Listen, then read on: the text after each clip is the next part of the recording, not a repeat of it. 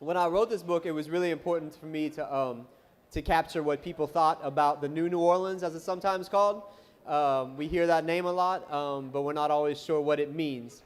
For me, listening to people, fellow citizens, talk about things, how they view the city, how they view our history, how they view our culture is the most important thing a writer can do. For a few years now, I've believed that brass bands really are some of the most important people when it comes to that approach to our history and to our present. They travel the entire gamut of New Orleans, from celebrity weddings to second lines and everywhere in between. And a lot of times we try and interpret the culture, or we try and ask all kinds of people what they think. But to me, the most important thing is to ask directly the people involved in that culture what they think, not just about the culture and music, but also the city they live in, the politics of it, the history of it, and where it's going. I was super fortunate to get put in touch with TBC. I think every brass band has a vantage point and things to say, but TBC happens to be a highly intelligent band that travels all over New Orleans and the world, and also happens to be a completely killer second line band, and be the band that makes this place happen.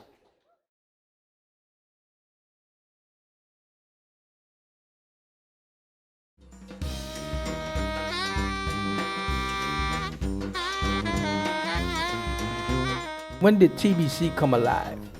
Once the old musicians started acknowledging us on everything we was doing, that's when we knew, oh, now we doing something, like now we got something. And for me, it was when we had like people that came look for us on Bourbon and Canal every day. Like they get off of work and that's what they come to see. Every day they came to see us. So that's when it started for me. I was like, we got something here.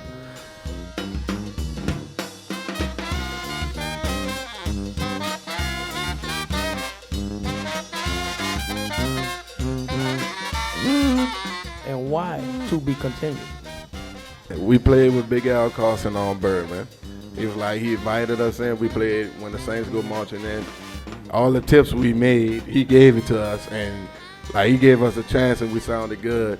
And we never had a name for the band at that time, in that moment.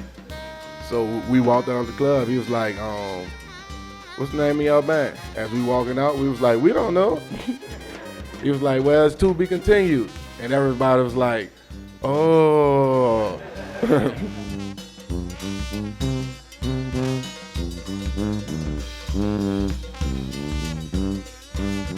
When we saw the documentary and y'all was in different states, it seemed like y'all generally missed each other as well as New Orleans. This was immediately after Katrina.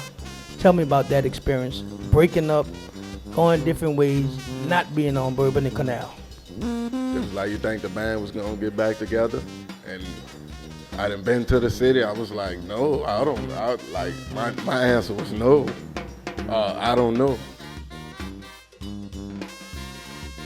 Me, I always knew we was gonna get back together because I knew it's always to be continued. Nothing can't stop it.